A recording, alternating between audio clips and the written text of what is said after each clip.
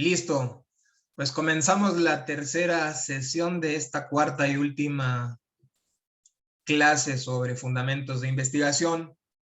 El tema que vamos a comentar ahora es la formulación de las hipótesis y les mencionaba que discutiremos alrededor de 13 sugerencias relativas a cómo redactar las hipótesis. Vale la pena mencionar que la hipótesis, vista desde una perspectiva general, se puede entender como la respuesta que el autor anticipa a la pregunta de investigación. Desde esta perspectiva, el propósito de la hipótesis, más que verificarse de forma literal, es el de auxiliar al investigador para en el desarrollo de su investigación. O sea, le da un sentido concreto a su actividad de investigación, a su búsqueda de evidencias.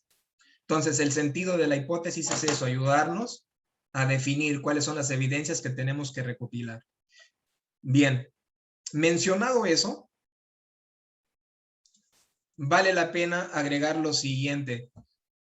Las naturalezas, las hipótesis, como punto de inicio, se puede afirmar que tienen al menos 3 tipos de naturaleza o que existen al menos 3 tipos de hipótesis. Las hipótesis de primero, de segundo y de tercer grado. Entonces voy a explicar brevemente en qué consiste cada uno de estos 3 tipos. Las hipótesis de primer tipo se conocen por lo general como hipótesis de constatación y se trata principalmente de hipótesis de naturaleza descriptiva. Entonces, en este tipo de hipótesis, el autor responde indicando cuáles son las características que espera encontrar en un fenómeno. Otra observación. Las hipótesis de naturaleza de constatación buscan principalmente comprobar la existencia o no de determinados elementos o fenómenos. Ok, entonces básicamente sería esa la orientación de las hipótesis de primer grado, constatar que esté presente o no determinada característica o fenómeno. Ahora, las hipótesis de segundo grado, por lo general, se pueden explicar como investigaciones de tipo causal, en donde se está anticipando cuál es la causa de un determinado fenómeno. Habitualmente, cuando se está trabajando con investigaciones de naturaleza cuantitativa, es útil concentrarnos principalmente en una sola variable causal.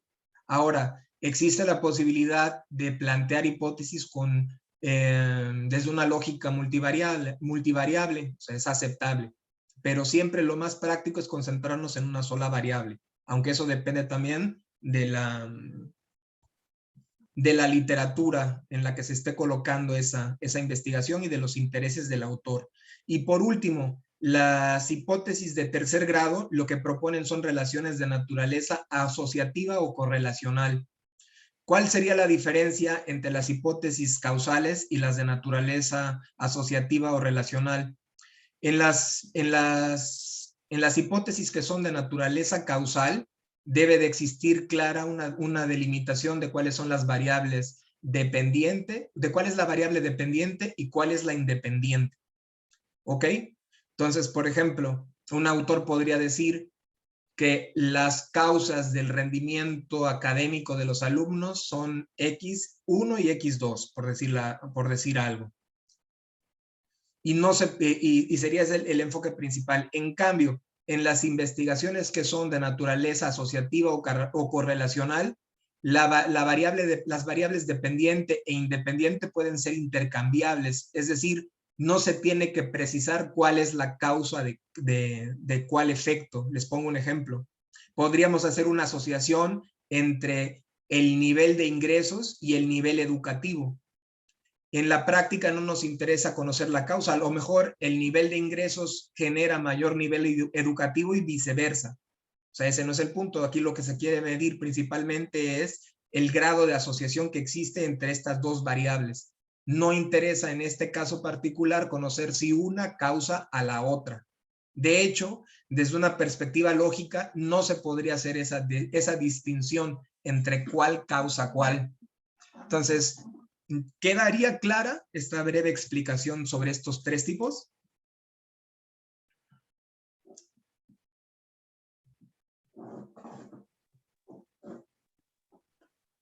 Pues es que así se ve fácil, la cosa es construirla. Y ya cuando la Exacto, construimos, es cuando exactamente, ya en la, ya cuando se plantea y es cuando vienen las complicaciones. sí, Bueno, hombre, pero bueno, queda claro, ¿no? Lo que explicaste queda claro, pero digo, ya nada más a la hora de que lo redactamos, ¿no? así es. Entonces, las observaciones que voy a hacer ahora tienen que ver precisamente con la forma en la que se redactan. El punto número 6 nos dice, cuando se redacta una proposición simple, estaríamos hablando de proposiciones de tipo del primer grado,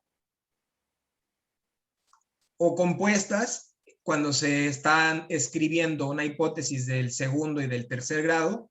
En ningún caso la hipótesis debe de tener la forma de una interrogante, de una prescripción o de un deseo.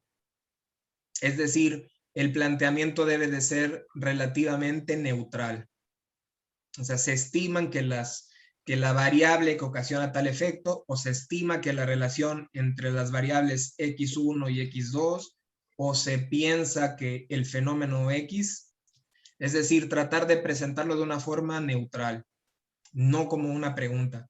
Siguiente observación, cuando se está hablando cuando se está redactando hipótesis de naturaleza causal o estadística, que son las de segundo grado, por lo general debemos de concentrarnos en solo dos variables para facilitar la medición de esta relación, que es lo que les mencionaba hace un instante. Ojo, esto no significa que no se puedan plantear causalidades múltiples, solamente que es ideal que cada hipótesis se concentre en un par en concreto para poder ir desmenuzando las diferentes causas de un problema. Por ejemplo, aquí vienen tres hipótesis ilustrativas. La inflación produce desempleo, la inflación produce pobreza y la inflación produce criminalidad. Aquí estamos hablando de una causalidad múltiple, de que la inflación produce varios efectos y cada hipótesis se encargaría de comprobar la veracidad o de constatar cada una de estas hipótesis, ¿no? Entonces necesitaríamos conseguir evidencias sobre la forma en que la inflación, si efectivamente en la realidad produce desempleo, sobre si la inflación produce pobreza, etcétera, para que podamos ir descartando o aceptando la asociación entre la variable dependiente y sus posibles efectos en este caso.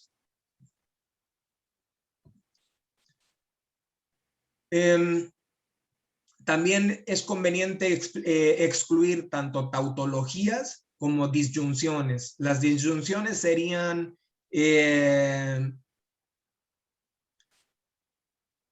proposiciones que son ambiguas, que no son claras, ¿no? O sea, el efecto que se deba a evaluar como respuesta o como propuesta de una hipótesis debe de ser uno solo. No debe de prestarse a varias opciones, que es lo que diría, que es lo que propondría una hipótesis disyuntiva, ¿no? Por ejemplo, en la hipótesis 2 del punto número 9, se ilustra este caso de las opciones disyuntivas cuando se dice mañana de las 8 a las 12 horas habrá sol o lluvia. Eso sería una disyunción, ¿no? Entonces, la hipótesis debe de ser concreta. La hipótesis debería de decir mañana de esta hora a esta hora habrá sol. Y si nos interesa también medir el otro efecto, se crearía una segunda hipótesis para evaluar el segundo. ¿Ok?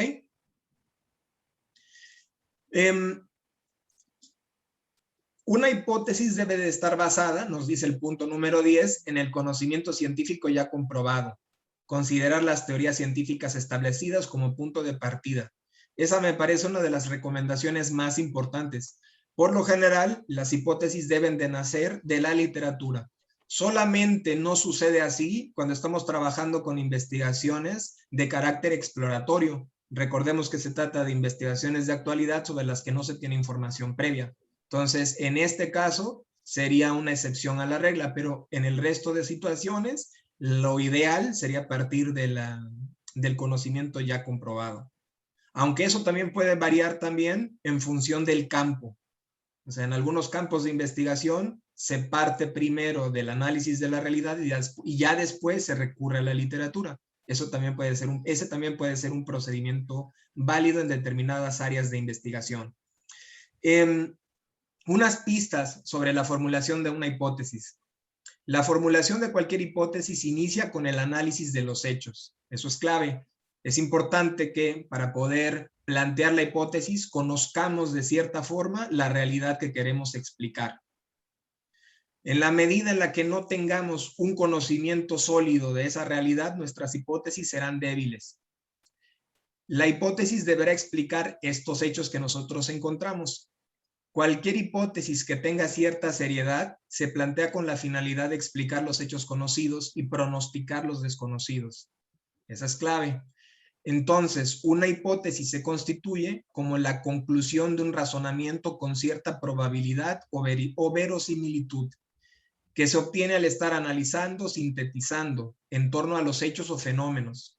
Y en su formulación, deducimos a partir de las observaciones respecto a tales hechos o fenómenos. En resumen, la formulación de una hipótesis, como la investigación en su conjunto, es un proceso también recursivo y acumulativo, que salta del conocimiento de los hechos a la formulación de la hipótesis. Después regresa al análisis de la literatura, a la consulta de las investigaciones y el conocimiento previo, y después se vuelve a la escritura de nuestra propuesta de hipótesis.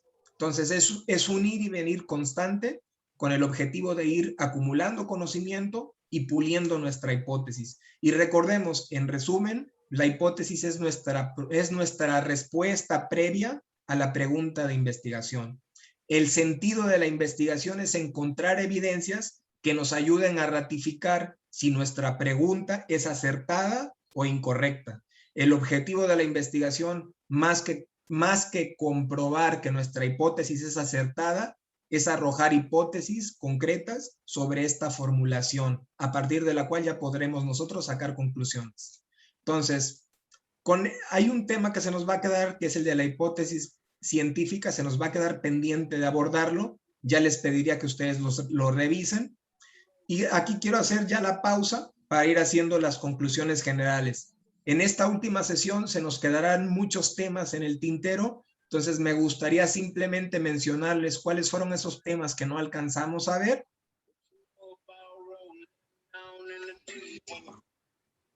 Les decía, entonces me gustaría mencionarles ahora cuáles son los temas que quedan pendientes, esperando e invitándolos a que si es de su interés, ustedes los puedan consultar por su propia cuenta, y después revisaríamos algún ejercicio de los que ustedes han trabajado para que sea ilustrativo para el resto, ¿no? Sobre el tipo de componentes que vamos a evaluar. Hecho eso, pues concluimos nuestro curso. Entonces, por correo electrónico les he enviado los links desde los cuales pueden descargar tanto los materiales del curso como los videos. En ese link hay un documento que es el de la tercera sesión. Se los voy a compartir ahora. Solamente denme un segundo.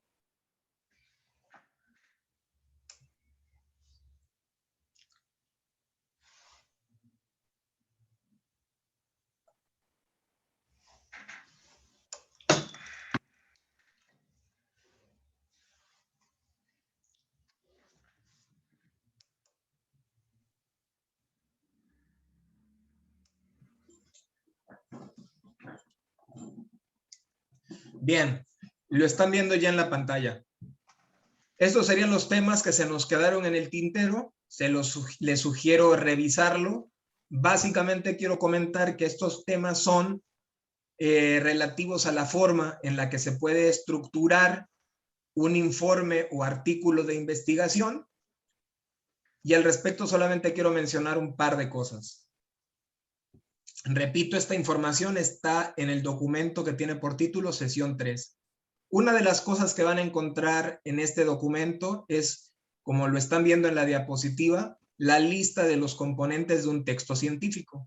Es una lista básica, y esta lista, por lo general, se sugiere adecuarla a las políticas de la revista o o de los formatos a los que ustedes vayan a presentar o de las instituciones a las que vayan a presentar sus informes. Vale la pena mencionar que de forma básica, una buena investigación científica tiene estos, o más bien un buen texto científico tiene estos componentes. Ahora, también van a encontrar una lista de 6 principios que nos pueden ayudar a corregir o pulir nuestra redacción del informe. Y por último, en ese documento presento un modelo que se llama INRIT, que nos ayuda a estructurar el informe de una investigación en función de 4 capítulos. Y estos capítulos son el capítulo de introducción, el capítulo de métodos, el capítulo de resultados y el capítulo de discusión. Los voy a explicar muy brevemente y con eso cerramos nuestra sesión del día de hoy. Entonces, en el capítulo de introducción, básicamente lo que va a hacer el autor es presentar la formulación de su investigación. En resumen, le va a decir al lector cuál es el problema que se estudió y por qué se estudió. La introducción implica la lectura del problema de investigación, el objetivo general, los objetivos específicos, la forma en que el autor va a presentar esta información al lector depende del estilo del autor, del sello que le quiera dar a su texto, depende de las especificaciones de las revistas a las que quieran mandar la investigación, pero grosso modo eso es lo que se tiene que presentar en la introducción. Hay otros elementos importantes que van en la introducción, por ejemplo, en la introducción puede ir la revisión de la literatura, en la introducción puede ir el planteamiento de las hipótesis del texto que se van a revisar. Ahora, el siguiente componente del modelo INRIT son los métodos. Y por los métodos nos estamos refiriendo a los métodos que se emplearon para recoger la información y a las técnicas que se aplicaron para el análisis de los datos. Entonces, en estas secciones en donde el autor va a explicar al lector cómo construyó el conocimiento que está presentando. La idea es que sea lo suficientemente clara esta explicación para que cualquier lector pueda replicar, si lo desea, esa investigación y verificar si al seguir estos pasos puede producir el mismo conocimiento. Esta es una fase clave que ayuda a la academia a determinar la calidad de las investigaciones científicas. En el capítulo 3 se presentan los principales hallazgos, es decir, el capítulo 3 está destinado a la inclusión de las evidencias que el autor fue recopilando con su investigación. Y en la parte 4 es la discusión de esas evidencias. Por lo general, esta discusión se realiza en función de la literatura. Por ejemplo, lo que haría sería analizar si las evidencias que encontró son consistentes o no con el conocimiento previo. ¿Ok? Podría decir que en contextos como el de México, las evidencias indican que la aplicación de determinadas políticas o, por ejemplo, que determinados cambios institucionales son diferentes a los que la literatura anticipa. Entonces, esta breve explicación es simplemente una invitación para que ustedes con calma revisen este archivo. Se los recomiendo mucho porque les presenta una estructura muy sencilla para organizar un texto científico. Pienso que puede ser muy valiosa. Después ustedes pueden hacer las adecuaciones necesarias a esta estructura para satisfacer los fines que ustedes persigan, pero pienso que puede ser muy práctica y les va a ayudar a concretar un buen trabajo de investigación. Bien, ya nos pasamos 8 minutitos y mi pregunta es si están de acuerdo en que revisemos ahora el proyecto de alguna persona, hagamos algunas observaciones y con eso cerramos ya la sesión del día de hoy.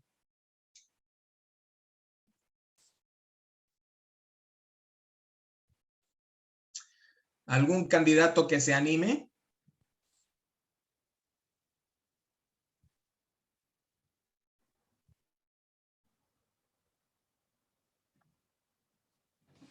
Estoy de acuerdo. Si gusta, me pongo como candidata para que me pongas la revisión. Lo que te pediría, me parece, Oscar, todos pueden compartir pantalla, ¿verdad? Sí, creo que sí. A ver, déjame Perfecto. corroborarlo.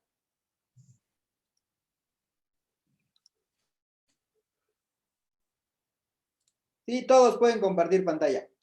Perfecto, Olivia, si nos pudieras compartir tu documento y yo dejo de compartir ahora, por favor, compártenos tú y lo vamos leyendo contigo. Ok.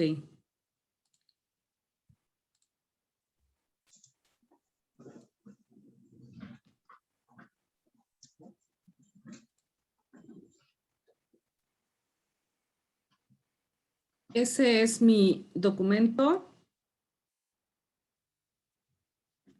Bien. Parte de un estudio de caso que hice y bueno, tengo pensado hacer otro.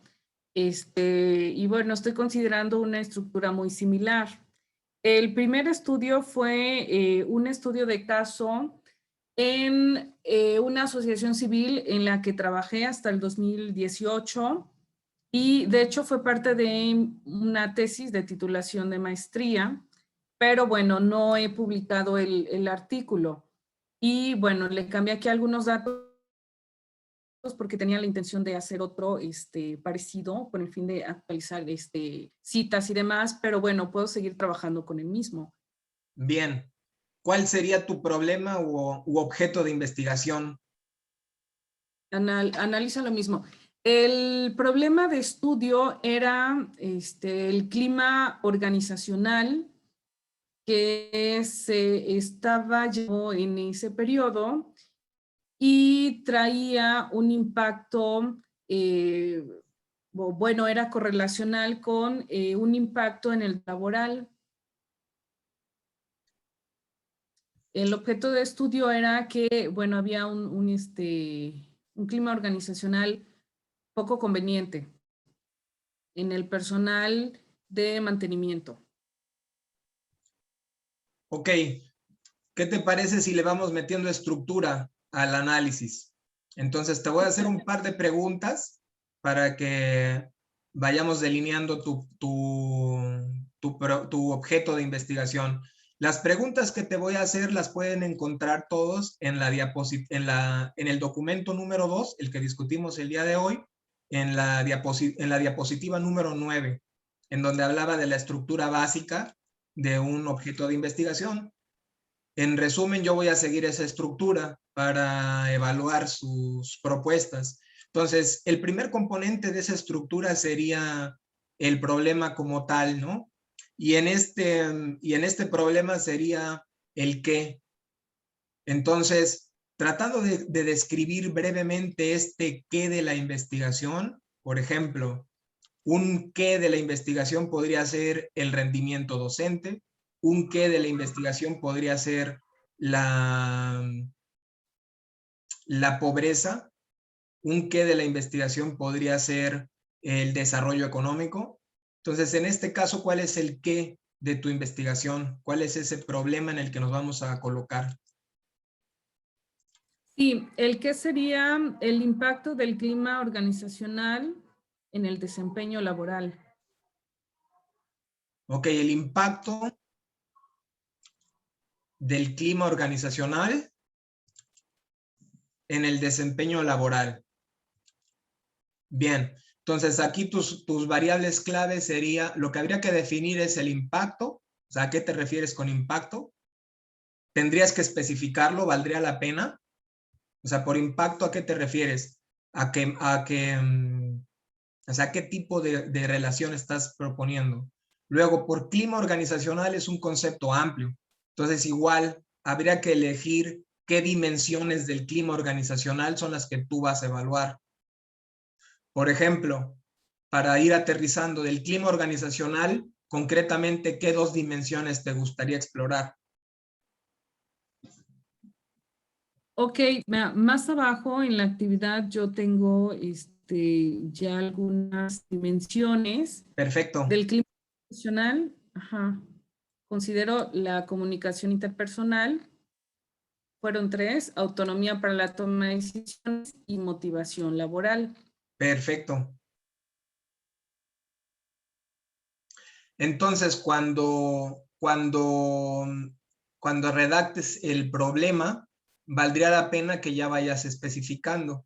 En un primer párrafo lo puedes presentar así, de forma general, que el problema es conocer la forma en que el clima organizacional mejora el desempeño laboral.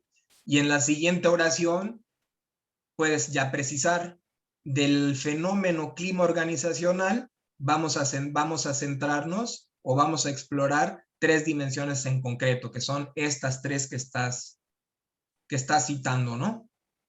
Ahora, la siguiente parte de nuestra evaluación sería, ¿cuál sería la unidad de explicación? O sea, este clima organizacional, ¿en dónde lo vas a medir? ¿En qué organización? Ya. En este caso lo medí en la Fundación de la Universidad Veracruzana en un departamento en específico. En esta nueva investigación que pretendo hacer, lo voy a hacer en otra institución educativa que se llama Universidad Metropolitana. Bien, entonces aquí valdría la pena que definas la unidad de exploración en función de una categoría.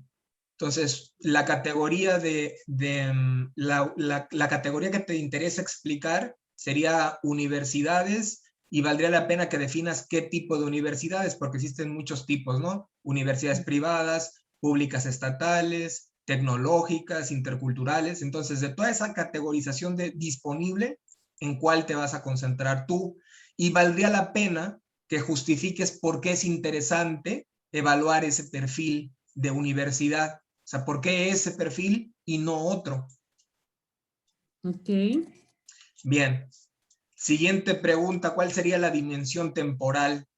Este ejercicio que tú vas a hacer, ¿obedece a algún proceso social en particular, temporal o no? Es decir, por ejemplo, yo quiero saber cómo ha cambiado el clima institucional a raíz de la reforma de modernización educativa que tuvo lugar entre tal y tal lugar. Recordemos que ahí les mencionaba que existen 2 tipos de investigaciones en cuanto al tiempo, si son diacrónicas o sincrónicas. Entonces, aquí la pregunta es, ¿cuál de los 2 tipos quieres hacer? Una longitudinal, es decir, ver los cambios en un periodo de tiempo, o una transversal, concentrarte únicamente en un instante. Sería como sacar una foto. Entonces, ¿cuál harías tú, longitudinal o transversal? Sería longitudinal en un periodo de tiempo. Perfecto. Y la última pauta sería la dimensión espacial, ¿no? Que en este caso, pues ya estás anticipando que sería Veracruz, ¿no? Pero no sería toda la Universidad Veracruzana, sino sería una facultad en particular, ¿no? Sí, en este caso sería una universidad privada y sí sería una particular de Orizaba. Bien. ¿Por qué quieres hacer una particular? Porque, porque existen algunas condiciones que afectan el comportamiento y la motivación de los docentes en la propia universidad, que hace que, bueno, el desempeño se vea desfavorecido. Uy, ok. El planteamiento que tú estás haciendo involucra diseñar una investigación de tipo comparativo. Entonces, habría que ver cómo lo estás planteando más adelante para determinar si vale la pena hacer este ejercicio comparativo o si es mejor concentrarnos solamente en un tipo en particular, o lo público o lo privado. Entonces, eso vamos a dejarlo pendiente de momento. Bien. Y para cerrar esta revisión de tu pregunta de investigación, un par de observaciones más. Ya me mencionaste, me mostraste que el concepto clima organizacional lo tienes claro, te vas a concentrar en 3 dimensiones, incluso vi por ahí que ya traes incluso una lista de evidencias, ¿no? que podemos encontrar para cada dimensión. Ahora, ¿podrías subir de nuevo el documento para ver? Ajá. El otro componente es desempeño laboral. Y aquí habría que hacer lo mismo por desempeño laboral. qué dimensiones son las que vas a observar. Ok, tengo aquí productividad laboral, eficacia y eficiencia laboral. Bien, por productividad laboral podría ver los criterios que la componen.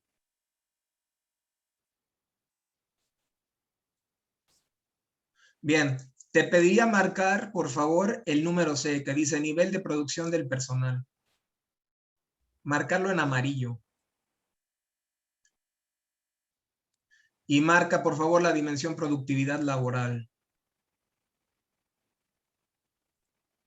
Y ahora sube, por favor, a la parte donde estás, donde estás describiendo el clima organizacional.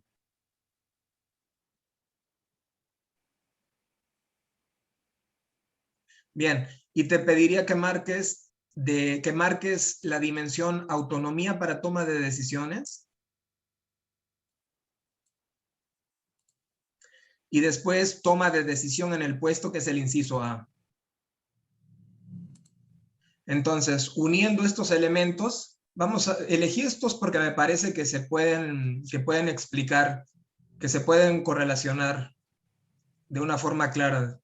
Y quedaría, se pensaría, de acuerdo con tu propuesta, podríamos inferir que si los trabajadores tienen una mayor autonomía para tomar decisiones, ¿puedes bajar, por favor?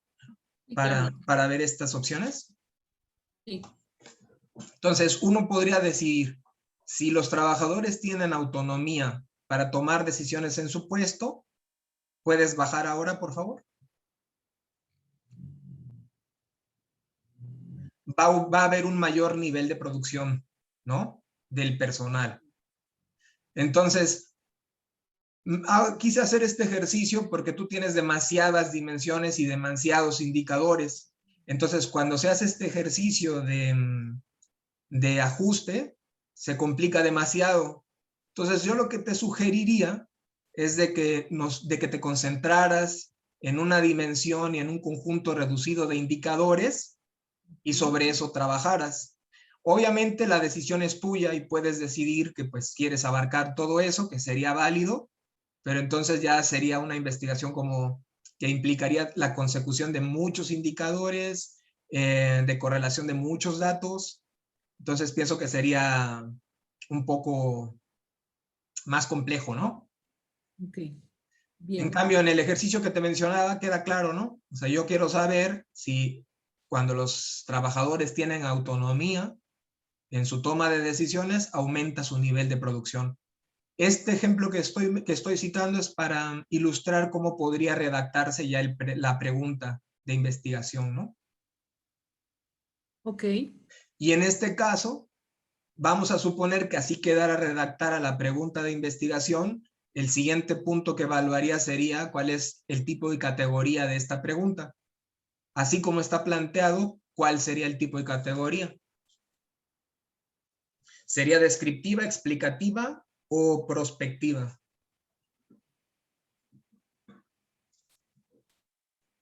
podría ser descriptiva, ¿no?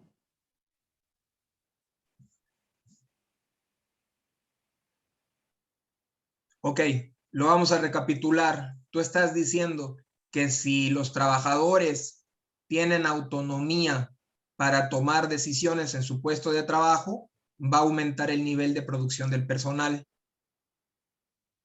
Eso no me parecería descriptivo. Una investigación descriptiva sería más bien de ilustrar cuáles son las características de una empresa, cuáles son las características de estos trabajadores, cuáles son cuáles son estos componentes clave de las empresas o de los trabajadores en tu ejemplo. Yo creo que no va por ahí. Tu investigación iría más bien del lado o explicativo o prospectivo, que me parece que sería más bien prospectivo, porque tú estás diciendo que si tienen autonomía, va a haber una mayor productividad. Entonces, sería más bien una pregunta de tipo cómo y de categoría prospectiva o proyectiva. Ok. ¿Sí te quedaría clara esta observación? Sí, ya me quedó más claro. Lo que pasa es que había olvidado un poco la formulación que comentabas, o Bien, la relación. Entonces, perfecto. tipo como y categoría prospectiva. Ahora, aquí vale hacer una observación que pienso que es útil para todos. El hacer esta categorización no implica que esto que estamos escribiendo ahora tú lo escribas en tu informe, no. Sí, Nosotros estamos haciendo esto simplemente para orientar nuestro trabajo.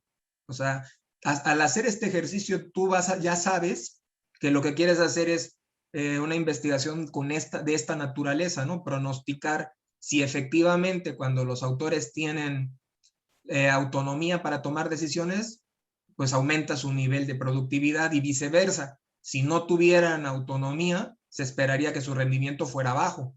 Entonces aquí ya estás perfilando el tipo de investigación que quieres hacer. Esa es la utilidad de este ejercicio. ¿Ok? muy bien. Bien. El siguiente punto sería el objetivo general. ¿Cómo lo estás planteando?